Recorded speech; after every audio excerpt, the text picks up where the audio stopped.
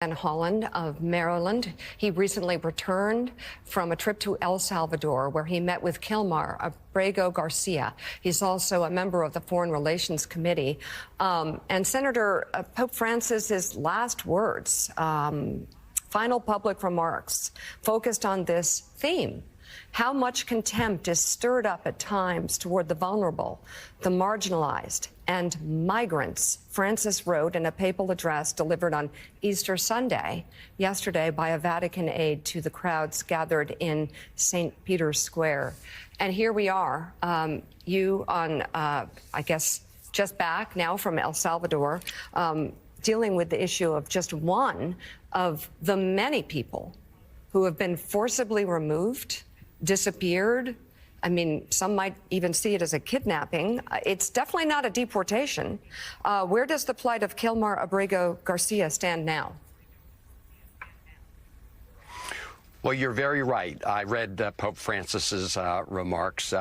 He was a beautiful soul, a pope for all of humanity, and he focused on the most vulnerable and on natural rights, on the right of everybody to be free under the law. And the whole point here that we're making is that the Trump administration needs to respect the Constitution of the United States. When you threaten the rights of one man like Abrego Garcia, take away the rights of one man like Abrego Garcia, you threaten the rights for everybody.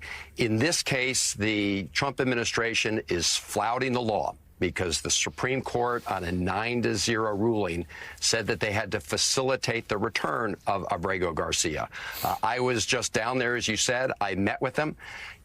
The embassy, the Trump administration, is doing nothing right now to comply with that court order. What they're doing is trying to change the subject, as if you can't comply with the Constitution and fight gang violence. I've been fighting MS-13 longer than Donald Trump probably ever uttered the words. I put together an anti-gang task force in this Washington region, Maryland, Washington, Virginia. So the notion that fighting gangs requires that you shred the Constitution and deny people's rights is just the dangerous spin that Donald Trump is putting on all this.